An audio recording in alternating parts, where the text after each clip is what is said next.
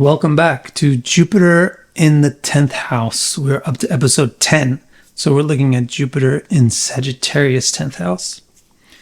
And to illustrate Jupiter in Sagittarius 10th house, we will use the chart of Hans-Georg Gadamer, who is a very important modern hermeneutic philosopher. In episode 1 of this series, we laid the groundwork, the basic idea of what Jupiter in the 10th house basically represents. I'll put a link to that in the description below if you want to get all the details. For now, suffice to say, the summary is Jupiter in the 10th house is sage-like, transparent, and famous. Now that we know what Jupiter in the 10th house is basically like, it would be good if we knew what Jupiter in Sagittarius is basically like. I've already done a video also on Jupiter in Sagittarius, and I'll put a link to that as well in the description below if you want to, follow up and get more details. But again, for now, summary will suffice. The summary of Jupiter in Sagittarius is philosophical, advisory, and generous. Philosophical, obviously, Jupiter in Sagittarius. Advisor means they're good at giving advice and guiding and teaching. And generous means they actually like to give good advice and guide and help. And now that we know what we know about Jupiter in the 10th and Jupiter in Sagittarius, we could go right ahead and say that we know about Jupiter in the 10th in Sagittarius. But I suggest you'll get an even better result if you go one step further. If you use the whole sign house system, which I recommend wholeheartedly, then you know that if Jupiter is in Sagittarius in the 10th house, it means that the 10th Lord and the first Lord are in the 10th house. So the 10th house is public and the first house is the self. So if the Lord of the self is also the Lord of the public and is in the house of the public, then the self is probably very integrated into the public. So one way of expressing that is they're probably socially prominent. And the other thing here is both the first and the 10th house are the visible houses, opposite to the 4th and the 7th, which are the invisible houses. So if the Lord of both houses of visibility is in the house of visibility, it suggests a lot of ability to make things visible. So we can say that means the ability to explain, to make things clear, to take abstract concepts and make them tangibly graspable. With these three sets of symbolisms, now we can really give a good description of what Jupiter in the 10th house in Sagittarius should be like. We can say that since Jupiter in Sagittarius is philosophical and Jupiter in the 10th is sage-like, that this person must be quite learned. So that means they're very philosophical, reflective. They're very well studied, they're very scholastic, and they've learned a lot of things. Another thing is that since Jupiter in Sagittarius is an advisor, and since Jupiter in the 10th is transparent, then they must be a very effective teacher. You could also get this same thing by melding the advisor with the sage-like quality of Jupiter in the 10th house. Either way, you come up to the conclusion that the person with Jupiter and Sagittarius in the 10th house is probably a very effective teacher because they're good, like we said, at explaining things. They're good at making ideas feel real and seem real. Finally, the lordships of the 1st and 10th lords in the 10th house suggest that somebody is prominent, and Jupiter in the 10th house itself suggests that someone is famous. So this person is probably of a high rank. Amongst their group, their social group, or whatever group they're in, they're probably in a leading position. So, as I mentioned, an example of somebody with Jupiter and Sagittarius in the 10th house is Hans-Georg Gadamer, the hermeneutic philosopher. Hermeneutic means linguistic. So, analysis of philosophy based on language and how language describes reality.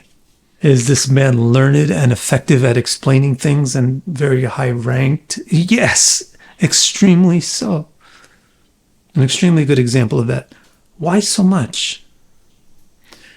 Well, first of all, his chart is just very good overall. And you can notice that just from the fact that he has 3 domicile planets and 1 exalted planet. and all of them are in good houses. So he's got Moon in Cancer in the 5th, Jupiter in Sagittarius in the 10th, and Saturn in Capricorn in the 11th. Those are all domicile planets in very good houses. And then he has Venus in Pisces in the 1st, an exalted planet in a super important house. So off the bat, just at the first glance of this chart, you should be feeling that this person is significant and blessed. Besides that, his first lord is in his 10th house with a node. So that's a very significant Raja Yoga. When you take the lord of a trine and put it in an angular house with a node, it creates Raja Yoga. Or vice versa, if you take the lord of an angular house and put it in a trine with a node. Raja Yoga means the yoga of kingship. So it's very important yoga for being successful and prominent. So looking at this chart, cursorily, we immediately get the sense that he's outstanding. If we probe further and get more specific and want to know why he's so intelligent, well, there's a lot just about Jupiter and Sagittarius, and Jupiter and Sagittarius in the 10th house that leads us to expect him to be intelligent. One thing just that's baked into this whole pie is that if Sagittarius is the 10th house, Pisces is ascending, and Pisces is a very intelligent sign. Then don't forget we have the moon domicile in the 5th house. That means the Lord of Intelligence is in the house of intelligence.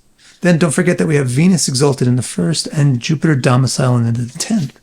Jupiter and Venus are the two Brahmins, the two intellectuals.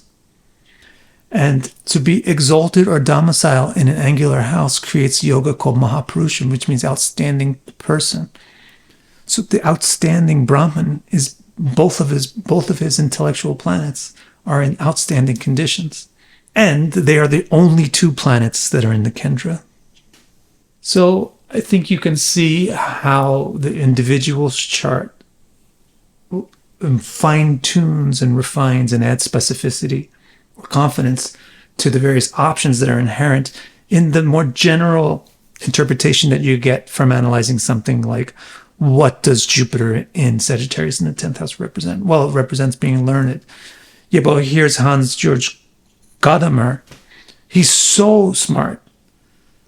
It's because that basic potential of Jupiter and Sagittarius in the 10th house has been fine-tuned by his particular circumstances. And then that whole thing of Jupiter and Sagittarius in the 10th is itself a refinement on the more basic template of what does Jupiter in the 10th house represent, which is in itself a refinement of what Jupiter represents and what the 10th house represents, and so on and so on. If you want to understand the whole context of your chart, the soil in which your interpretive seeds grow, then visit my website, vicdecara.com, and click Readings.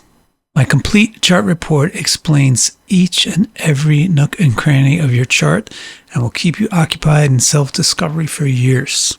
I also have two groundbreaking new reports. The first of these, Your Nakshatra, organizes your active nakshatras in order of their importance to you and presents the fundamental interpretations for the planets that occupy them. And the newest report, Star Strength, uses a system called Tarabala to unfold 90 interpretations of the nuanced relationships between all the planets in your chart, which paints a rich and detailed picture of how your various strengths cooperate or compete with each other. Order these or any of my reports and accelerate your journey to deeper self-understanding.